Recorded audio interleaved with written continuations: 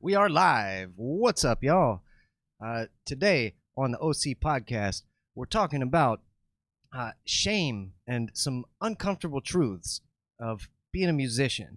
Some of the less obvious things that a lot of guys think they've already got figured out, but and some people are just misinformed. So we're going to talk about our good buddy Bob's email today. But let's kick it off with our introductions. My name is Owen Adams. And I am Connor McTighe. All right, so here we go with the introduction. The first thing we noticed looking at our friend's email here is this sort of lack of confidence in your own vision. And this is an important one. I think you might need to give a little bit of backstory as to why this email was sent, just for context. Okay, sure. So this is a guy that that me and Connor have both jammed with and kind of played with on several different occasions. And he's a super talented musician, really smart guy, intelligent guy. But one thing you notice about really intelligent people is they sort of fill in the gaps of areas where they're not as experienced, and they sort of assume things where that might not be the best idea. So what this email is about is sort of an inquiry about doing a collaboration, right? So I'm a songwriter. I compose, I arrange, I do all this different kind of stuff. So I'm always down to collaborate with people because that's what you do when you're an artist. You surround yourself with like-minded individuals and, guys that can either share your vision or guys that are really good at committing to their own vision. So let's take a look at our email here in a second. But first, we want to just kind of recap some of these little topics that we're going to cover in the midst of the email. So the first one, lack of vision, right? And we'll expand on that later as we go. The second thing that you're going to notice going through this email is this sort of fear and this sort of like you don't want to share your personality. You don't want to be yourself. You don't want to connect with the audience. Everyone is afraid of rejection. Yes, you expect people to just kind of agree with what you're doing, and when they don't, it's very difficult for some people. So not wanting to share is very much fear of rejection and just sort of this expectation that everything's going to go smoothly, everything's going to go perfectly, and when it doesn't, it kind of throws a wrench in your whole system. So we're going to discuss that as well.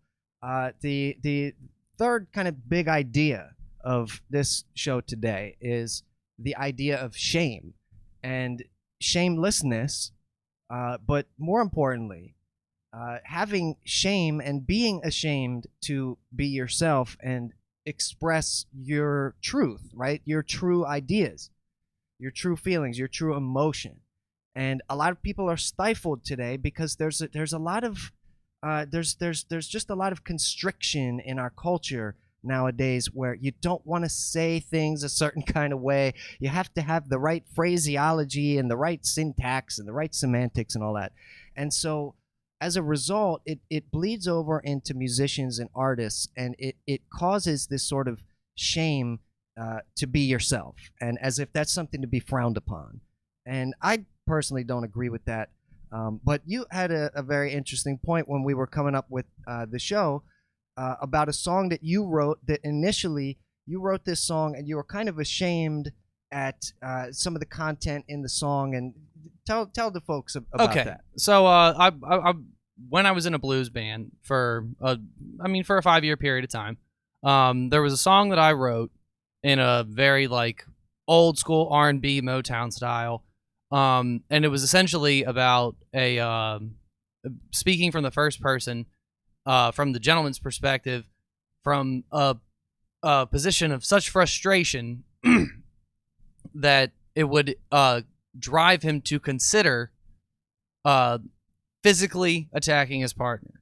And yes, I'm not gonna just go through the lyrics here right now, but I Demonetized. yeah, demonetized, whatever. Regardless, I did write the song, and when I wrote the song, the lyrics were very they were even a little bit controversial to me. I felt bad for thinking up the lyrics. At the same time, they were not based around anything that I had ever done. They were not based around anything that I would ever do. So it really just goes back to what Owen was just bringing up about the whole taking shame as a factor in your artistry. So this is something you didn't actually do, but this is maybe something you've thought about doing or like talked about doing. Correct, right? So this Anybody is who's been in a codependent relationship for longer than a year has thought about it at least once. Let's get something straight here right now. That's a fact. Like any married couple that I've ever talked to, I mean, they think about it at least twice a day. But regardless, it's a thought that you have and that you are ashamed of. The only difference with me was I, manifested them into lyrics and put them into a song. And then the real question is, am I too ashamed of this thought to make that song, to produce that song, to play that song out?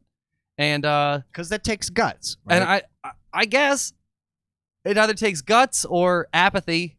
Like, well, I don't know which one I fall harder into, but regardless, I decided that that I liked the general consensus of the song enough to continue playing it out.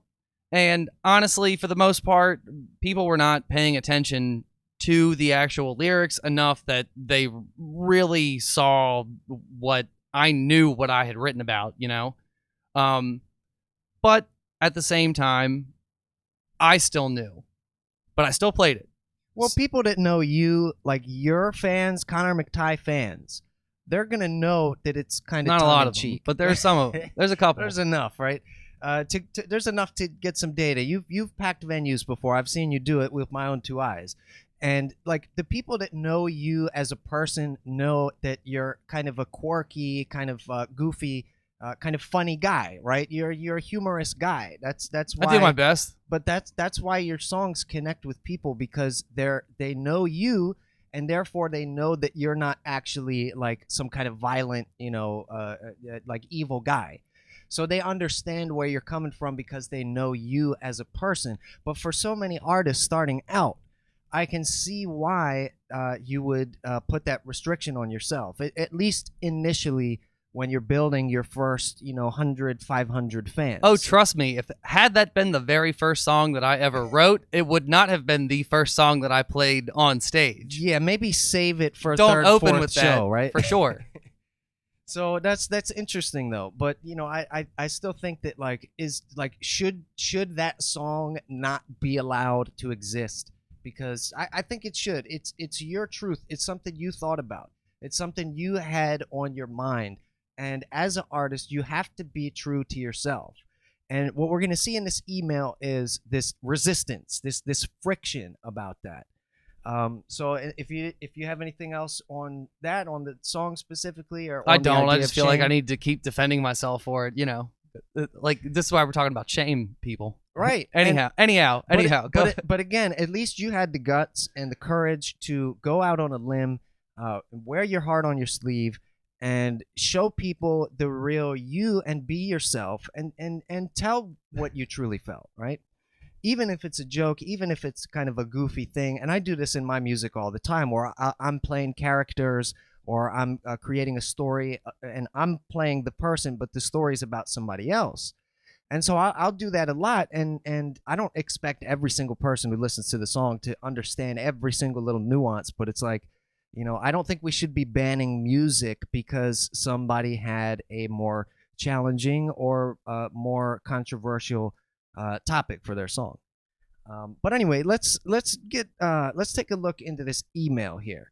And this is our good friend Bob, and so we've censored all of the personal information out of this email so that we're not doxing anybody here. But what's important is the content of the email. Doxing. So yes. So what I'm gonna do is I'm gonna go over into our screen capture mode here, and we're gonna follow along and read, and I'll give you guys some context as we go. So here we go. All right. So here's the email.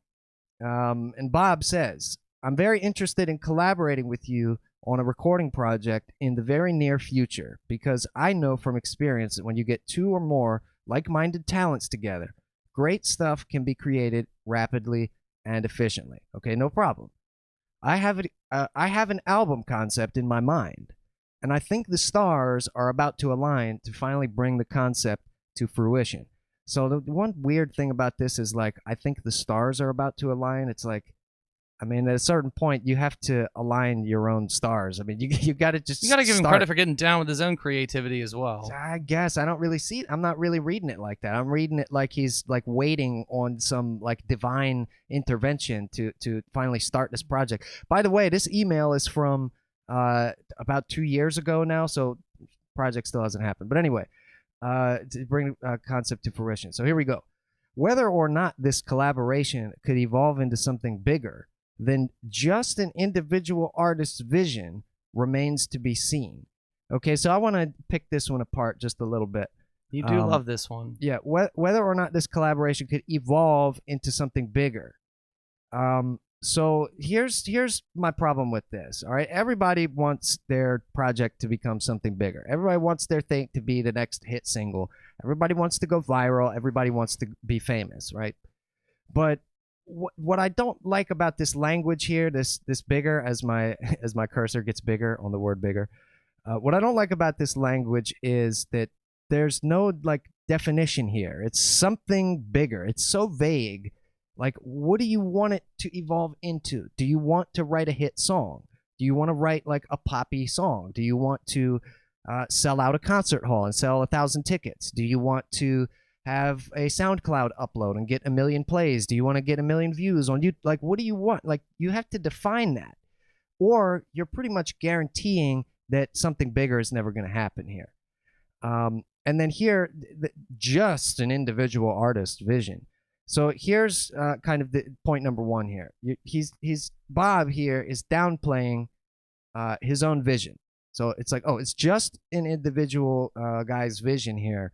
But it could evolve. We have no idea what it magically. is yet. Yeah. So he hasn't defined anything, hasn't given any specifics on anything so far. Or if or ifs and buts were candies and nuts, yeah, we'd all have a Merry Christmas. And a little bonus side note on this: when people say, "I have this thing in mind, I'm thinking about doing this," that usually means they ain't gonna do nothing. So next point here. In the meantime. All right, so here's where he starts pulling out the daggers and starts giving me some jabs here, some quote unquote constructive criticism, right? In the meantime, you need to think hard about what it is you're actually doing on social media. So that brings us into the next point over here. But let's do a little chat about vision first, and then we're going to continue here. So vision, how do you maintain your vision? What is your vision for success? Something about vision that the folks might find interesting. What do you think? I mean, honestly, I think that it does not matter what your medium of your art is. Your vision pretty much always stays the same. It's defined by your individual projects. Yeah. Collectively, each piece of your artistic work speaks for itself, and it is a piece of you. So, I mean, that's pretty much all that I have in that department. But how do you unify all of your projects and all of your stuff? How do you like make sure you don't? You just keep producing. Well, I mean, like for me, for instance, I try to like initially you have to create content. You have to write the song. You have to write the lyrics. You have to record the parts. You have to do something. You have to get something on the record first. Whether you publish it publicly or not, you have to create something. For me personally, what I prefer to do is go back through my back catalog of stuff from 5, 10, 15 years ago, and I'm trying to identify what is the thing that makes those better songs better. What element is it? What personality And then trait? utilize those as a tool in your future works. Exactly. Then what you get is this common thread. And so, like, for me personally, when I go back to all of my older songs, the thing that I noticed that the better songs, that the ones that people liked more, the reason, I don't know if this is the reason why people liked it more, but the main element that I noticed is there's a little bit of sarcasm. There's a little bit of humor, a little bit of irony. So levity, right? Not such heavy, serious, like dark stuff all the time. Now, I do have songs about, darker, more controversial subject matter. However, I like to play with these ideas in a humorous, sarcastic, witty kind of context. And it makes me feel like I'm being myself more, and therefore it's lining up with my vision a little bit better. So this is all about action here, okay? So, Bob is talking about it just an individual vision and, great stuff and the stars aligning and, in the very near future, 2 or more. There's so much like wishy-washiness about this. And any content remains to be seen. Right. No content. So, Bob, by the way, no videos, no sound recordings, as far as I know, since I've received this email. So, what vision, like your individual vision, like you have to have a vision first before that vision can evolve into anything bigger. So I think that's the main takeaway from this first little like chunk of text here. But shall we keep moving down the list? Why not? All right, here we go. Or down the message rather. Okay. Let me get set here. All right. So next thing. He starts pulling the daggers out on us here. So you need to think hard about what it is you're actually doing on social media. So I have a few thoughts on what I've observed from your end as of late. Okay, so here's Bob's critique of my content creation. Now, sidebar: yes. have you been doing? No, you have been doing things differently in the 2 years since this was sent Correct. to you. Yes. So it has nothing to do with this email, but yeah. So this is like I'll go back here. This is like my first maybe 6-8 months on YouTube on the new channel. But as we keep going down the email here, you're not really going to find any constructive criticisms. You're going to find these like vague, wishy-washy statements, which I have no way of even measuring whether what he's saying is true or not. But let's keep going with the message here. So check out Clowncore on Facebook. You guys can go look at that if you want. Basically, like progressive jazz fusion, metal, avant-garde stuff. Kind of music that normal people will cringe at, but musicians will get down with that. right. And I'm a fan of Clowncore, but I'm not going to emulate them if I'm trying to sell records. But anyway, so here we go. You still seem to have a fundamental misunderstanding of what, in all caps, of what this handy digital medium is to the consumer. Okay, as we're talking about Clowncore, and now we're in handy digital medium. Like, are we talking about cell phone? Are we talking about? He's talking about cell phone, obviously. I guess, but it's like this handy like it's so handy vague. digital medium, cell phone. He's talking about cell phone. He's clearly Yeah, talking about cell phone. I guess. I mean, like the screens we hold in our hands Cell phone. are way more convenient and expeditious. Yeah. That's the SAT word for y'all right there, expeditious. So the screens we hold in our hands are more convenient than a TV or computer monitor that's sitting in one room. Like, is it? I mean, maybe, I guess. Like, it's basically instantaneous. TV, definitely. Yeah, I mean, a lot of. Well, we'll discuss it in a second. So it's basically instantaneous. You should start. All right, so you should. By the way, guys, if you want me to like listen to you and take you seriously, don't use language like this. You should start doing this and that. So he says you should start thinking more like an all-around advertiser, not just a shameless self-promoter. Okay, so the first issue here, like I said, this handy digital medium. Let's take it back to FaceTime for a second. The reason why I'm getting annoyed at the handy digital medium thing is because your iPad is different from your phone, which is different from your TV screen, which is different from your laptop screen. All of these are different things. So just talking about the medium is not really going to help anybody connect to their audience. Now, I understand like the essence of what he's trying to say. In other words, creating content that people are going to predominantly consume on their phone might have some different aspects to it than creating content for your TV or for your concert hall, right? So that's what he's trying to say here. But my issue with this is like he doesn't bring anything specifically about the nature of smartphones and being on the phone as opposed to any other medium. There's no distinction that I can see other than what's he say? You know, it's more expeditious and convenient. Well, how is it more convenient? Well, it's to me it's just this It's in convenient. your hand 24 hours a day. Right. Well, if you're creating content for the platforms that people are accessing on their phone, You're certainly not creating all of the content on that handy dandy device. well, I would say that it's a good idea to have at least most of your content accessible. I mean, if you're on YouTube, you can get it on your phone.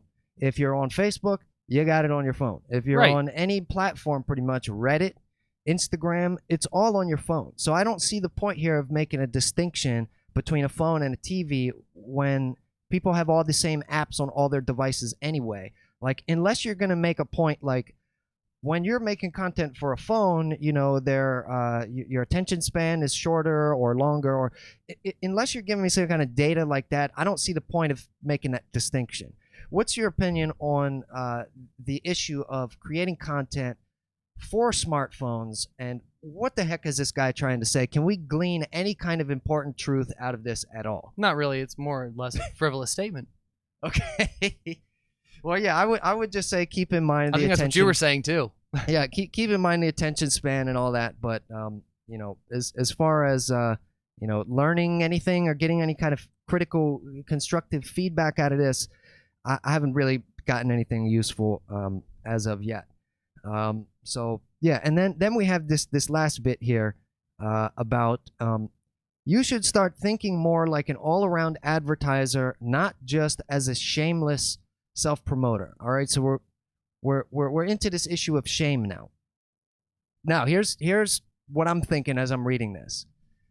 First of all, you should think more like an all-around advertiser. I don't know what that means. I mean, I'm a like not a self-promote, like I'm a self-promoter. Well, you're definitely that. And I'm an advertiser. In literally every video I make, it has some kind of keyboard equipment.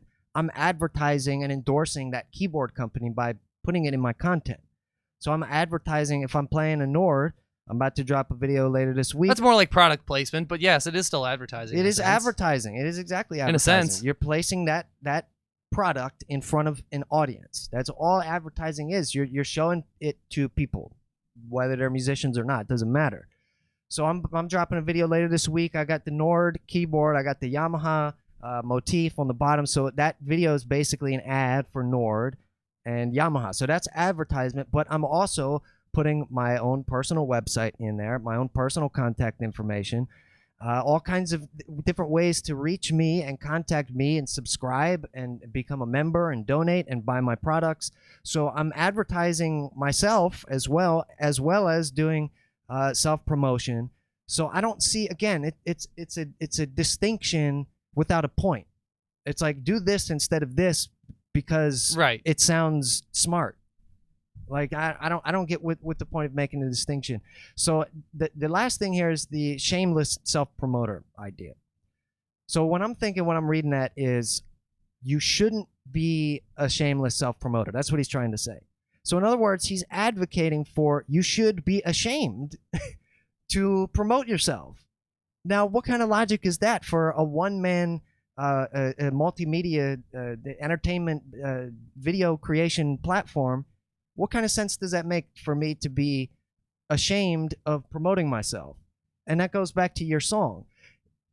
Based on Bob's logic here, he thinks that you should be ashamed to put your song out there because it's promoting yourself and your true I understand belief where in... he's coming from in the sense. Yeah, tell me what he means here, because I don't get I understand it. where he's coming from in the sense that it is the kind of thing where, yes, like I said, some of the ideals in said song that we were discussing that I wrote, that is the kind of thing where I put it out there. I've played it live. I will continue to play it when I start playing gigs out again. Sure. And I just have to know myself and what I wrote about and why I wrote it, honestly. And I just have to stick to my guns on that. But at the same time, now that song is basically a part of my brand. If I am self-promoting, that song becomes a part of my brand. So if somebody doesn't like a part, it doesn't like that part, they might just not like anything else that I do altogether, specifically because of that one thing. So I think that is more along the lines of where he was coming from. So are you supposed to compromise your lyrics? No, that's why I said that I would continue playing that song. Yeah, so it's like, are you going to change everything you're going to do just for one person in the crowd that might have a different opinion? No. If you don't like the song, you can go to another venue or another band. You go listen to something online, or there's plenty of different options for you to get tons of different types of entertainment all over the place. You don't have to listen to this guy if his lyrics are too edgy and too offensive. And I've written some kind of edgy stuff in my lyrics. I try to keep it clean since I've been teaching, but like it's all about being truthful.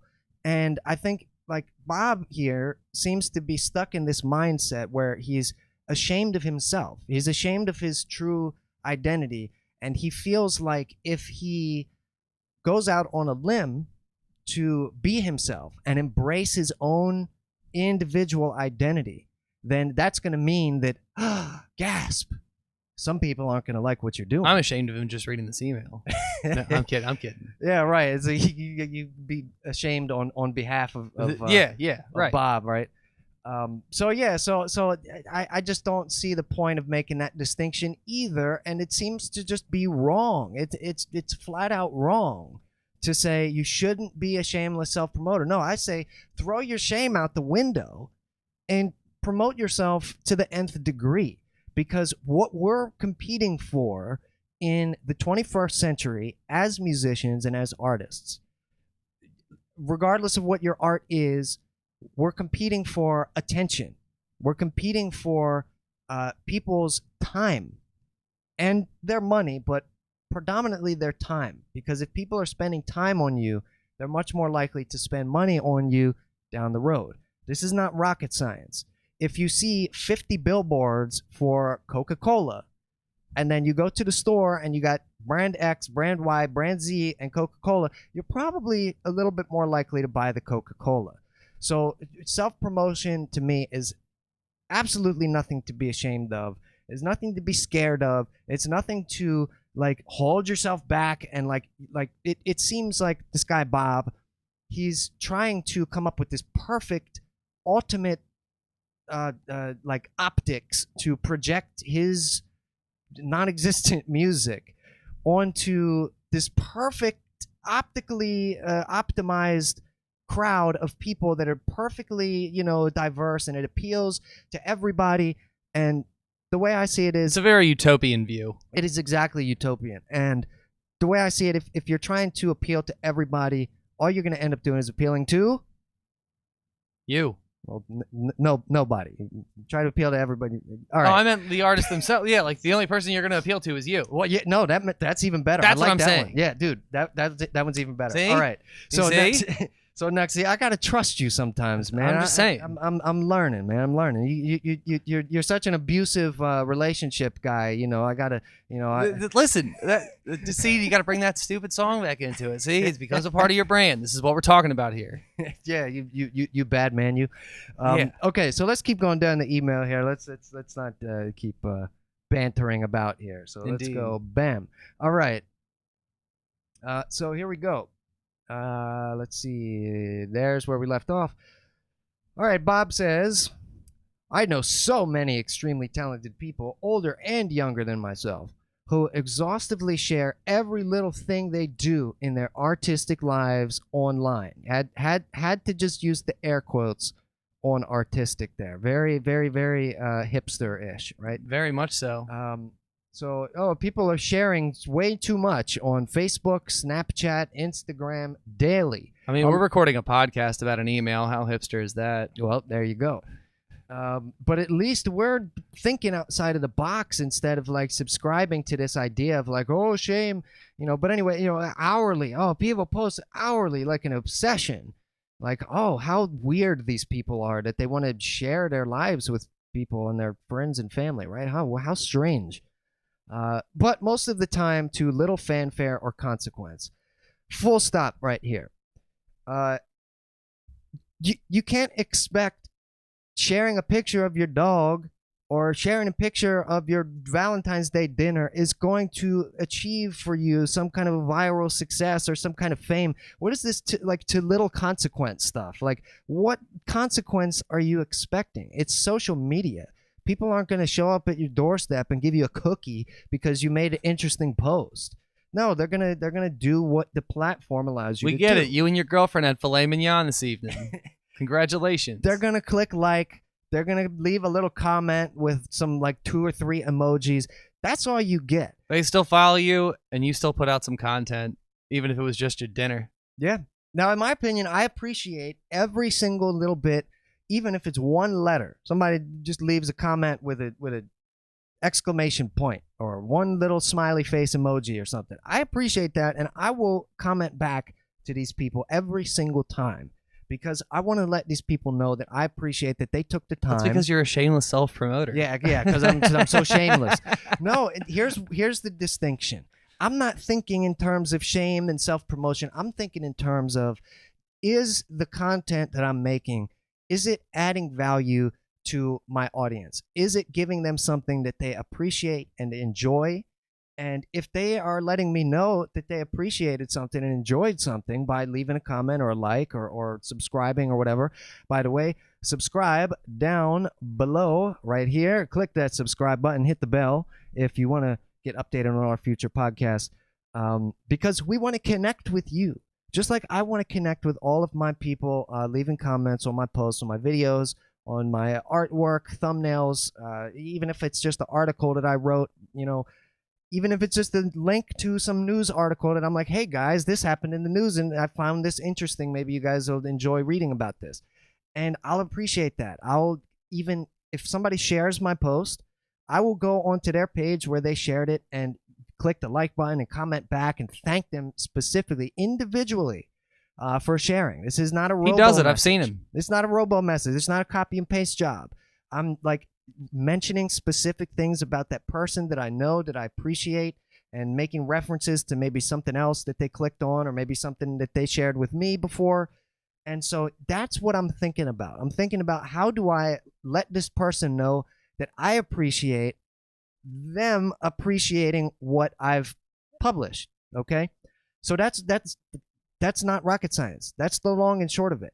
And so that to me is plenty of consequence. That's plenty of reward. And if that's not reward enough for you as a musician, if you're expecting something that much more grandiose than that, maybe this is not the business for you. Because like, I just appreciate that somebody watched my stuff, and even if they only watched it for 30 seconds, I will thank them for that. And it's again, shame has nothing to do with it. I'm not really promoting myself when I say, oh, Connor, thank you so much for leaving that comment. It means a lot, and I hope to see you guys at the next show. And we had such a blast at the last show, blah, blah, blah. Whatever. Like, whatever comes to my mind as if I'm in the room with that person, I want to convey that to them. What's your experience with fans and connecting with them, as opposed to being afraid to connect because you're afraid people are going to think of you a certain kind of way? How do you, because you're a very outgoing, gregarious kind of guy, you you are the kind of guy that sends out, and Kevin in Strength and Power is a guy like this too. He's amazing at this, brilliant guy. He'll send out 50 text messages individually, one at a time to people. Yep. And I've seen you do the same thing. I've done the exact same thing. What's the mentality? How do you get over the barriers in your brain that well, the tell very you, first mentality that you absolutely have to get over is getting over the thought process of the fact that it is going to be a very tedious process for you to in order for you to personalize messages to your fan base, you actually have to personalize messages to your fan base. And that is tedious and repetitious.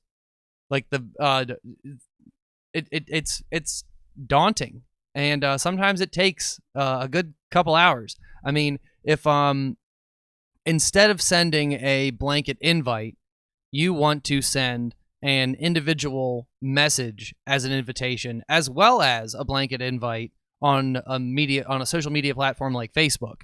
And at one point in time, when I was promoting a show that we were about to do, I had to go through all of the 750 some friends that I had on Facebook and individually be like, this person lives in the local area. This person is somebody that I am still close enough with that they would definitely love to come out and see this. This is somebody that is mutual friends with the both of us. Like, I was thinking about each individual factor when I went through each individual person through a list of 800, and anybody who made that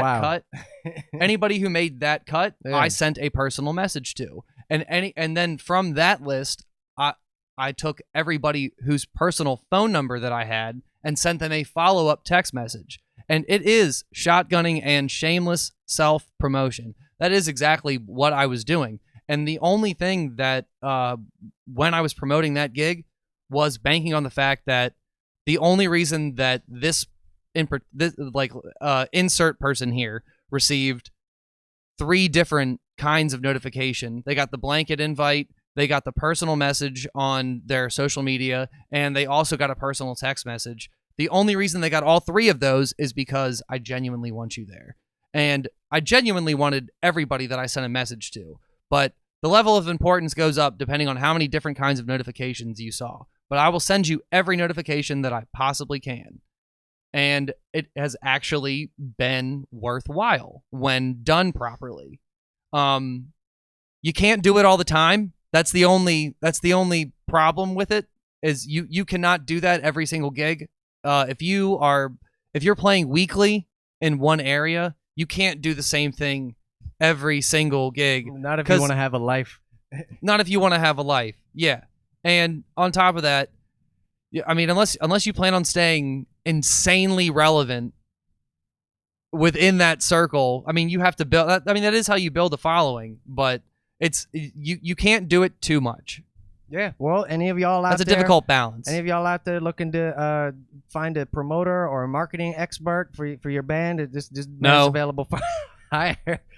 Well, no, in jest, right? But here's what I was going to say is that you'll watch these videos on YouTube, 1,000 true fans, and Jeff Barker's plan for growing your fan base online, how to get 100 subscribers, and how to get 1 million views, and how to get this, how to get that.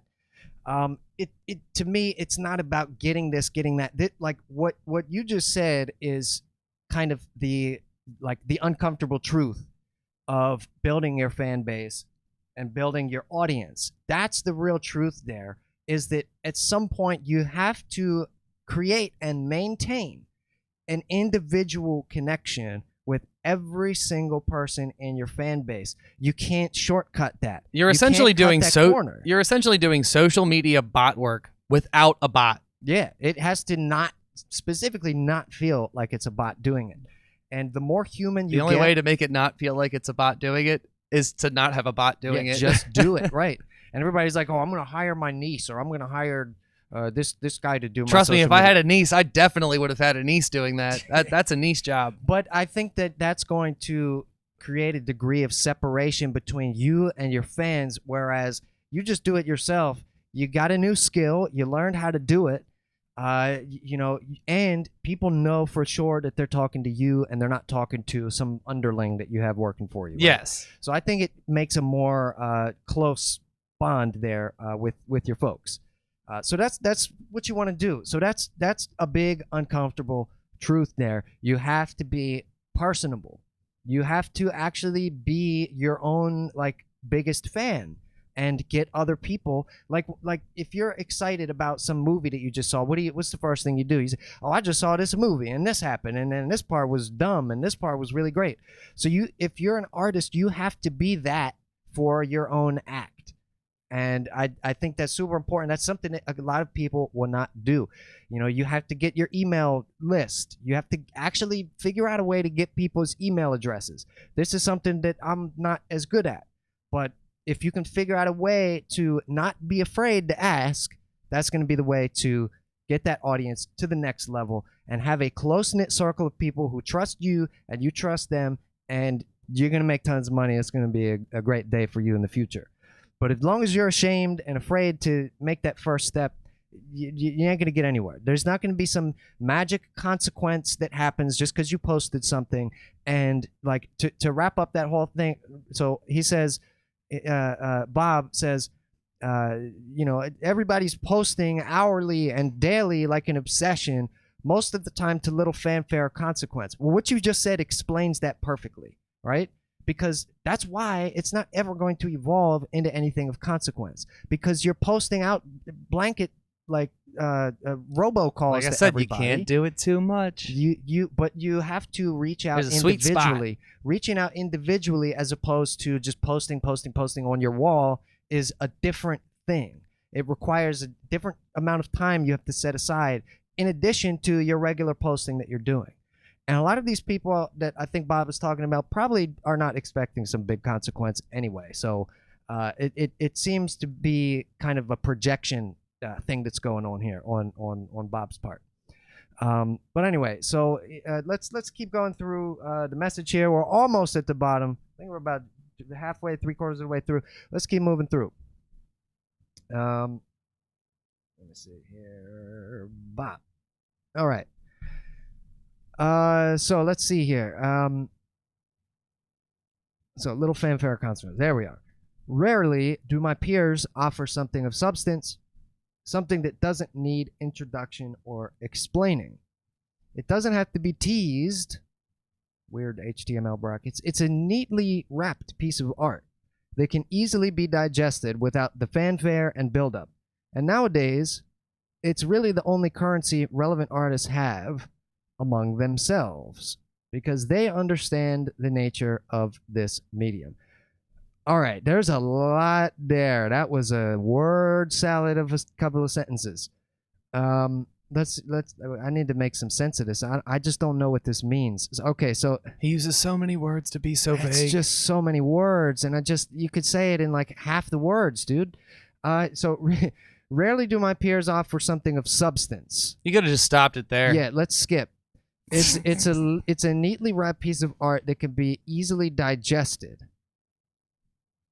It's the only currency relevant artists have. So what's the only currency? Is that the substance is the relevant? Okay, let me just make sure.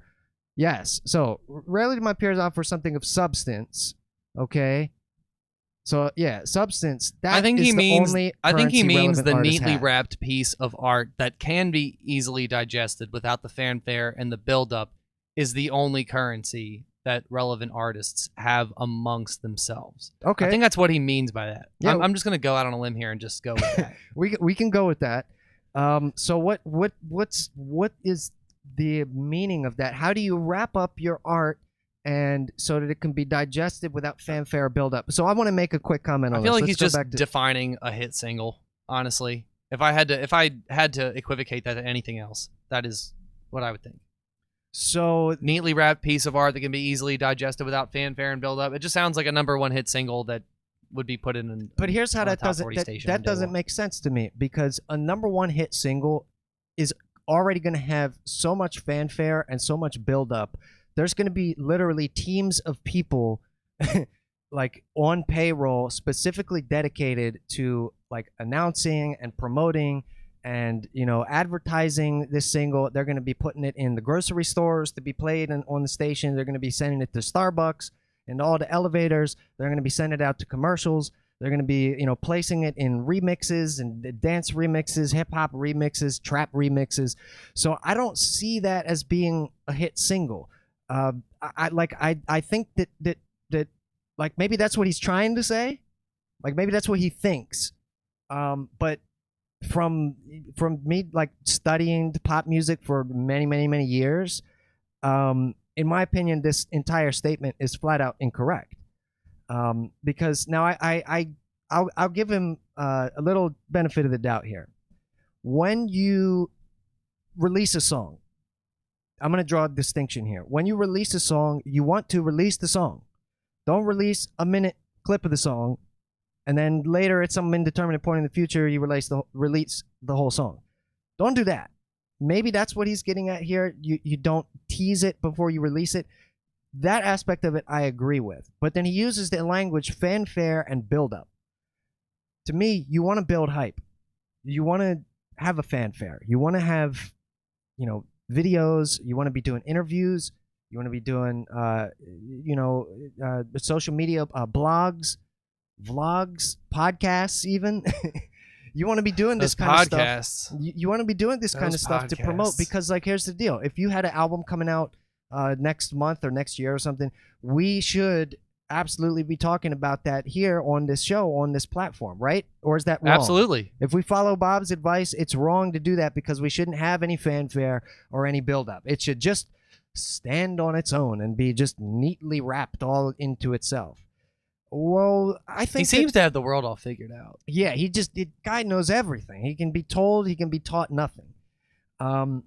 Which is funny, because at least we know we don't know anything. Yes, and allow us to reiterate this here. I'm putting caveats, in my opinion, in my experience.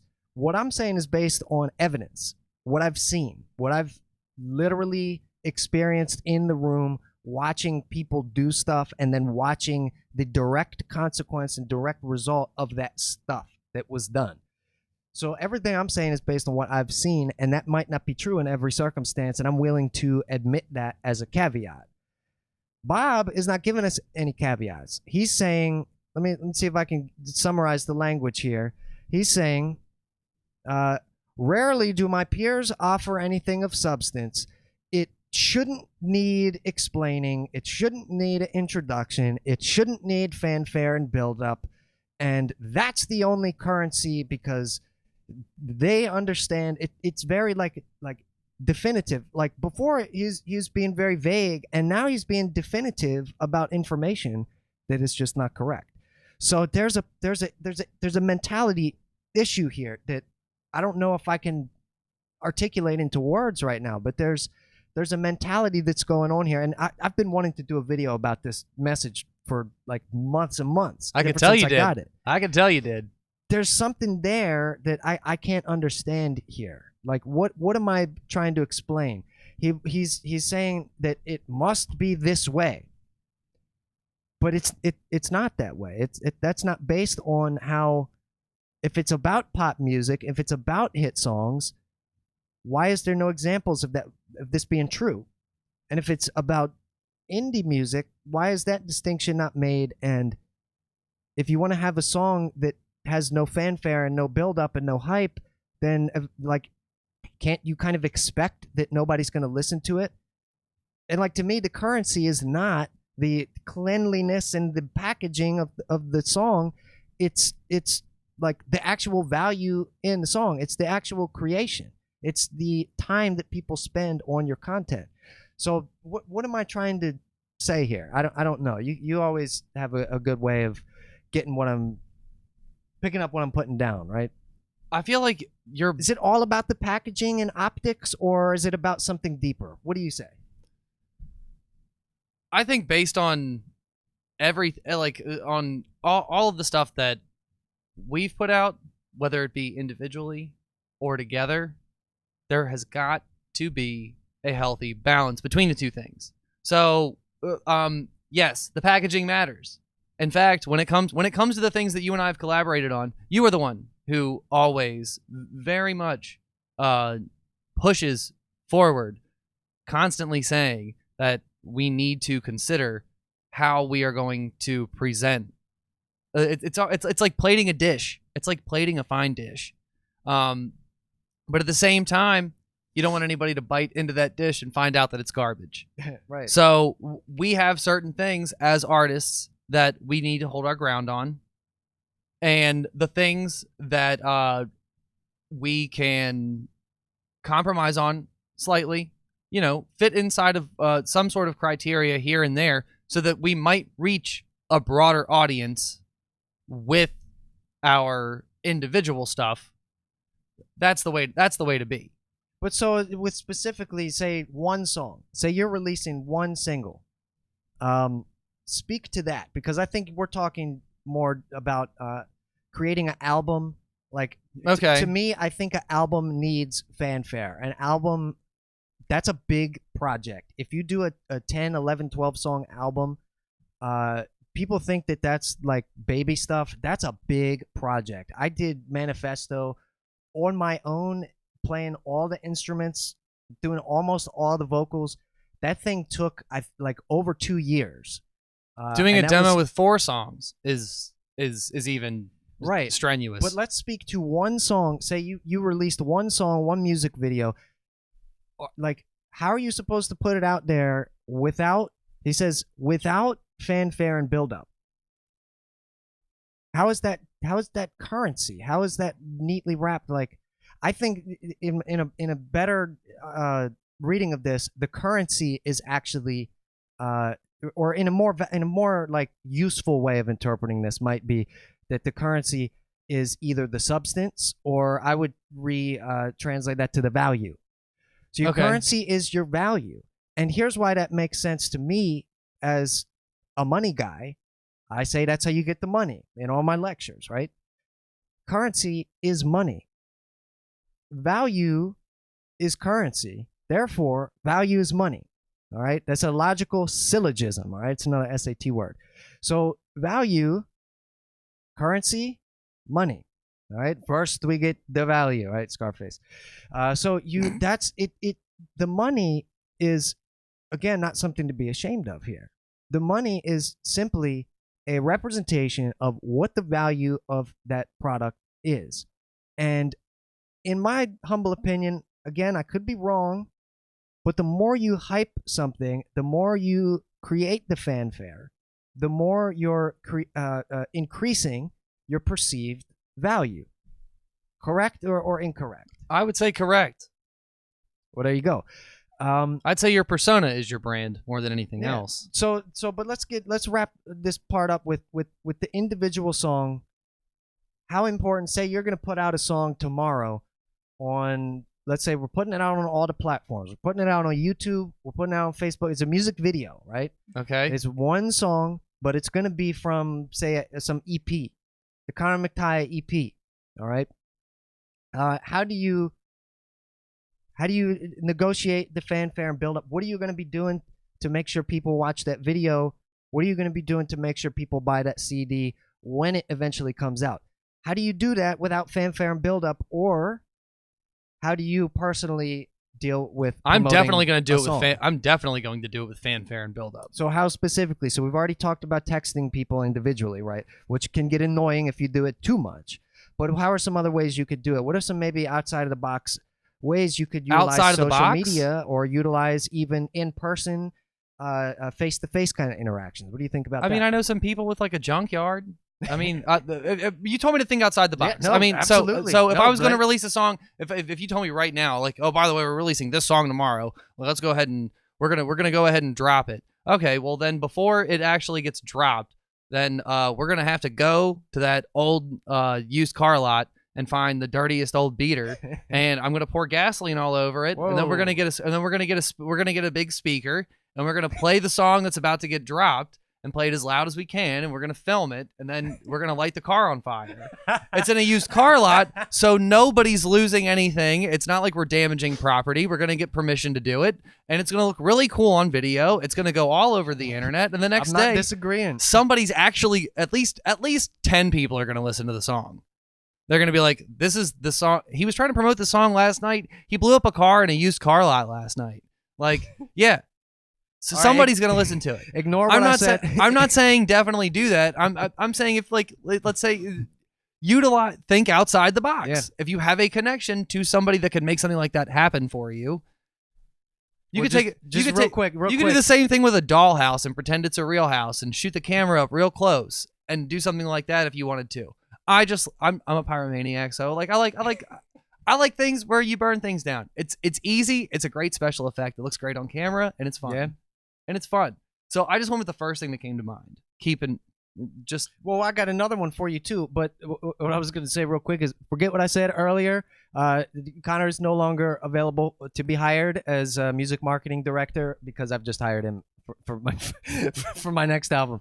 Anyway, so what I was thinking is what we did with the Goatman Halloween special, right? Yes. So we did the Halloween special, and Gorgeous. Now that was fun. How did we promote that? We had a really interesting way of promoting that one with the jam session, right? Yes. So we had I did like a Halloween party / like costume party type of thing. I believe that one was called Urban Legends. So I did the Urban Legends VIP jam, and since the Goatman is an urban legend of Bowie, and these legendary D.M.V. Like jazz and funk musicians, they're also legends, right? So I'd like to make a nice little concept out of it. Now that's a little bit of build-up. That's a little bit of fanfare, because not only do I have the Halloween special video and the song, the track, the music is there, the choreography and the designing of the video, but also we have the jam session, which is another opportunity to link back to that page and link back to your fans and let them know, hey, we're doing a party, we're getting together, and maybe the Goatman might show up to the jam. Who knows? I don't know. And so there's this sort of fun aspect to it. That's not just like, here's my song, please click a like if you like it. If you there was don't, fanfare oh well. and buildup associated with it. Yes, and we had not only the video, but we had the jam session, and we had more videos of the jam session, and all of those videos were tied back to Urban Legends and the idea of the initial special that we created. So that's just scratching the surface as far as outside of the box marketing promotion. Did you have anything else to add to that? No. Well, there you go. I think we touched it. Yeah. So that's thinking outside the box, not about shame, not about being scared. It's about having fun with your audience and giving them an opportunity to just come and hang out and do some fun stuff while you're double tracking your promotion. So you're having fun, you're getting a little bit of promotion, a little bit of PR, a little bit of boost in your traffic, and all of that. So let's finish up this email here. There's not a whole lot left. Here we go. Bada bing. And so, by the way, if we could just do like a little down like that. Yeah. Okay. So anyway, so here, Bob, he's talking about, you see, this is America. You're instantly changed, inspired, deeply affected. It surprises you and succeeds because nobody was expecting it. Think about putting something out there that has less to do with you and more to do about something that's bigger than yourself. Okay. Now for this one, I agree and disagree. Because okay, explain that a little bit further. So this is America, great video, no problem with the song. I'm not going to get into a whole critique over the song here. There's plenty of videos doing that. This is about specifically shame and specifically avoiding this paralyzing mindset. Okay, because as long as you're thinking this way, you're not actually creating anything. So here's what I have to say is that, like, yes and no. Okay, so yes. Your music should have some kind of deeper component to it. It should have some kind of point, some kind of context, some kind of relevance. However, on the no side, not every song needs that. Not every song needs to be about something deep. You can have abstract. You can have darker themes that are just dark for the sake of dark, or a funny comedic song just for the sake of being funny comedic. Yes. So I don't think this is essential. And the way Bob is telling us here is that like this is some kind of rule that you have to follow. And the way I look at it, it's just I feel stifled by thinking this way. So I agree to an extent, but I also don't think that it's like a hard and fast rule. Do you have anything you want to add to that? No. Well, all right, we'll keep moving down. So, yeah, I mean, I just specifically just to wrap that up, he's talking about this is America and cultural issues. And that's either your cup of tea or it's not. I'd say if you're an artist, let me take it back real quick so I can just make eye contact on this one. If you're an artist just starting out, I would personally suggest not going for a recreation of Donald Glover's "This Is America" video. I would suggest keep it a little more tame when you're putting your first couple of tracks out there before you start getting into. Nobody knows you. Yeah, don't come out of the gate with racism and homophobia and prejudice, and keep it light. Learn how to write stuff that uplifts people. Learn how to write stuff that makes them happy, especially at 7 o'clock in the morning when they're sitting in the car driving to a job that they hate. Is that song still going to make them happy as if they were in a venue at 10 o'clock at night and they've already had 2 glasses of wine? So think about that first. If you can accomplish that, then that will give you the tools to deal with the more sensitive subject matter. But let's wrap this email up here because we're getting to the end. So this is where it starts to get a little weird. So by the way, no specifics on anything in any of these paragraphs. It's just on to the next point. It's like, oh, squirrel, next thing. Okay, so next thing, consider what Facebook does with your data and the data of people who would ultimately like or repost your video or one of your comments. There are moral implications behind using your public profile to brand yourself when the data and privacy of other users, including people you might not even know, can be compromised. All right, full stop here. I agree 100%. And I can back this up because I've made several videos about Facebook where I'm critiquing them heavily about how they use their data and how they're basically in bed with not only the United States government, the CIA, the FBI, and what have you, but they're also selling all of our data to the governments all over the world, the government of Saudi Arabia, the governments of China, the government of Pakistan, Egypt, whatever. They're sharing your data with all the other non-Western foreign governments, and you can to sell more products. I mean, come on, it's at least for an innocent cause. Yeah. Now here's because why they want you to buy more soap. Now, I personally don't have a problem with the advertising, the geolocating. I had to read about it a little bit to educate myself on this, and what we're talking about is geolocating, or what's it? Geolocating. I'm going to go with. It's a service that can track your location. And it can tell you. That's the right one. Yeah, so it can tell not tell you, but it can tell advertisers and businesses where you're at. So when you're driving by Arby's, you might get a text or a notification to go to Arby's, right? So, but now geolocating, it's a little strange. It's a little bit New World Order ish, but what I appreciate about the advertising and the data is that the ads that they serve you on Facebook are actually genuine ads, and I wouldn't be driving my nice new truck if it wasn't for Facebook ads. So I see the upside of it, even though it's weird that they're stealing your data and selling it to China, and all that has been proven. The documents have been released. You can go watch a video I put out called, what did I call it? I called it, the video is called Snoop Dogg Disses the Private Platforms. All right, now I'm the hipster. I'm using the air quotes now. Look at you. But yeah, it's about Snoop Dogg and Facebook. But so that's my point about Facebook. I'm not like the biggest Facebook fanboy here. I'm not saying Facebook did nothing wrong and they should never be regulated and they're a little baby mom and pop private company. I'm not saying that, but I'm willing to work with them because what they do is serve content. They serve ads. They serve as a social networking platform to connect people with their family, friends, and to me, they do that fairly well. It's called playing ball. It's exactly what it's called. So anyway, let's wrap it up. So this is more about Facebook. Oh, I have a plan to phase out my own profile and shut it down and just use the artist page as a necessary evil. See, it's all evil now. So I can't use Facebook in good conscience as a launch pad for a self-made recording artist, or at least recording artist named Bob.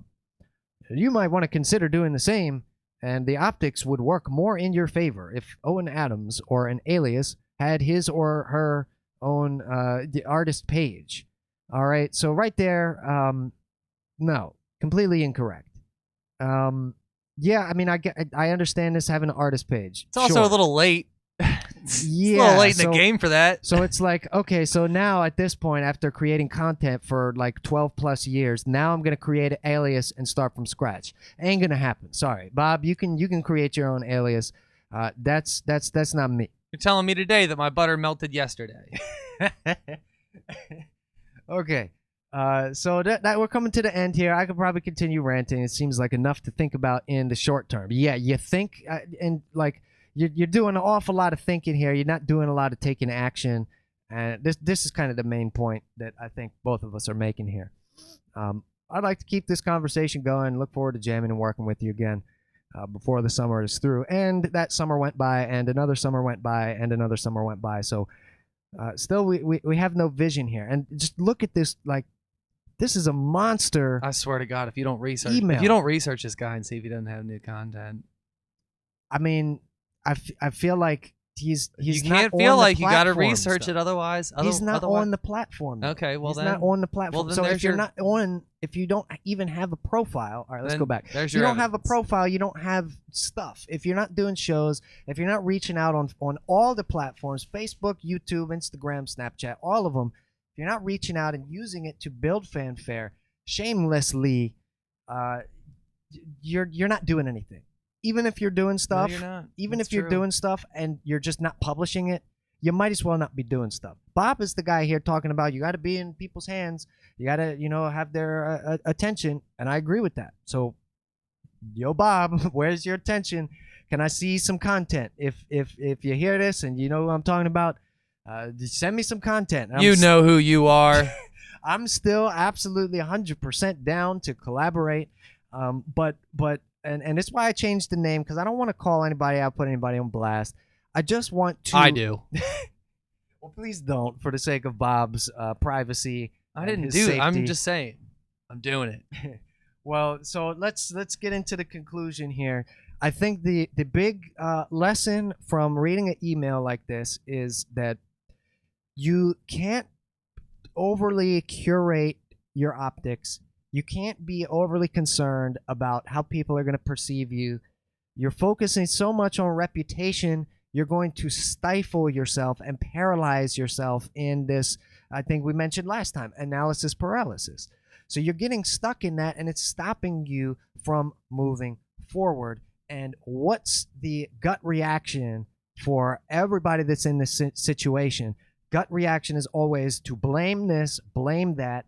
I'm going to call and email this guy and tell him that he's doing it wrong so that I can, boost my own ego. Whereas you'd get a lot more of an ego boost by just creating content and connecting with people. So I guess the last question I have for you to bring it all together with a nice little bow, how do you personally avoid that? How do you stop yourself from falling into that trap of, like, so say you're writing a new song and you're feeling shame. How do you deal with that in your own mind? Well, don't have any shame in your game.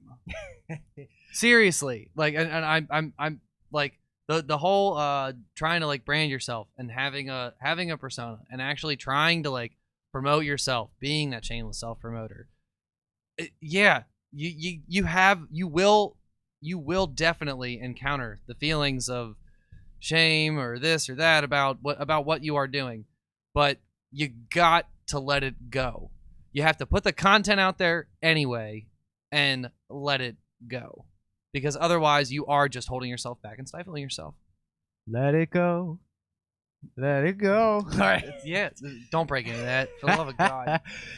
All right, y'all. Well, that brings us to another conclusion, episode 3 of the OCast, aka the OC Podcast. Make sure to hit that subscribe button, that beautiful red button that matches this beautiful red mic cover. That one. Leave us a comment. What's our question of the day? Question of the day: how do you avoid shame if you're an artist? Another question of the day: have you fallen into this trap yourself? Have you found yourself being afraid to tell the truth? And honestly, I don't blame a lot of people for being afraid of that nowadays, because you can get in a lot of trouble, right? It's about, you have to know your audience, and you have to, sometimes you can still be truthful and convey that idea in maybe a more efficient way. So think about that. How have you negotiated this in your own artistry? What specifically have you guys been ashamed of or afraid of? How has this manifested in your music career? And third question of the day would be this, because the title of this stream is Uncomfortable Truths. Tell us about, so we just gave you a bunch in this episode, right? But So much stuff. give us some more uncomfortable truths, that maybe stuff that you had to learn the hard way, maybe stuff that's less intuitive, stuff that seemed like it was common sense, and then all of a sudden, bam, reality slaps you in the face and says, no, what you thought was common sense is actually completely backwards, and this weird thing is actually what's true. Give us some examples of that. Leave us a comment down below. We'll keep this conversation going forward.